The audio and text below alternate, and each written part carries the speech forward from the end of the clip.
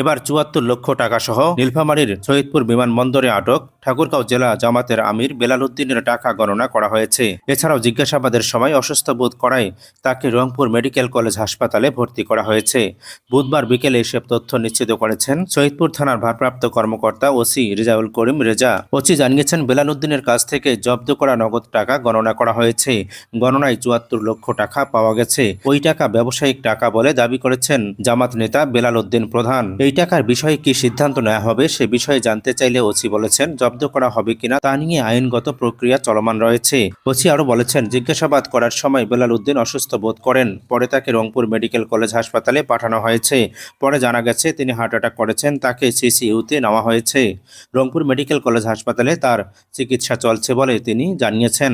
এর আগে বুধবার সকালে সৈয়দপুর বিমানবন্দরের নিরাপত্তা চেকপোস্টে তাকে আটক করা হয়। প্রাথমিকভাবে তার কাছ থেকে ৫০ লক্ষ টাকা উদ্ধার করা হয়েছে বলে জানায় সংশ্লিষ্ট সূত্রগুলো। বিমানবন্দর সূত্র আরও জানায়, বেলাল উদ্দিন সৈয়দপুর বিমানবন্দর ব্যবহার করে অন্যত্র যাওয়ার প্রস্তুতি নিচ্ছিলেন। এ সময় নিরাপত্তা তল্লাশির অংশ হিসেবে তার ব্যাগ ও দেহ তল্লাশি করা হলে নগদ অর্থের বিষয়টি নজরে আসে।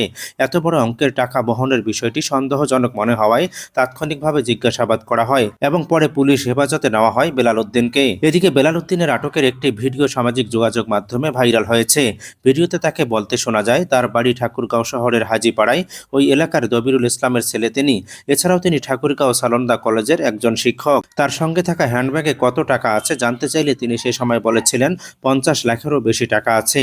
এগুলো তার গার্মেন্টস ব্যবসার জন্য তিনি বহন করছিলেন। এদিকে জামাতের সহকারী সেক্রেটারি জেনারেল এহসানুল মাহবুব জুবাইর দাবি করেছেন, ঠাকুরগাঁও জেলা জামাতের আমির বেলাল উদ্দিন নগদ টাকা সহ আটকের বিষয়টি আইনশৃঙ্খলা রক্ষাকারী বাহিনীর সাজানো একটি নাটক। মঙ্গলবার দুপুরে রাজধানীর মগবাজারে এক জরুরি সংবাদ সম্মেলনে তিনি একথা বলেছেন। তিনি আরো বলেছেন, এটা এক ধরনের অপপ্রচার ও এক ধরনের ষড়যন্ত্র। ওই অর্থ তার ব্যক্তিগত ব্যবসায়িক সম্পত্তি। জামাত নেতার টাকা নিয়ে আটনের ঘটনায় প্রতিক্রিয়াও দেখিয়েছেন নির্বাচন কমিশন সচিব। তিনি জানিয়েছেন, বৈধ টাকা হলে ৫০ লক্ষ কেন, ৫ কোটি টাকা নিয়েও বহন করা সম্ভব।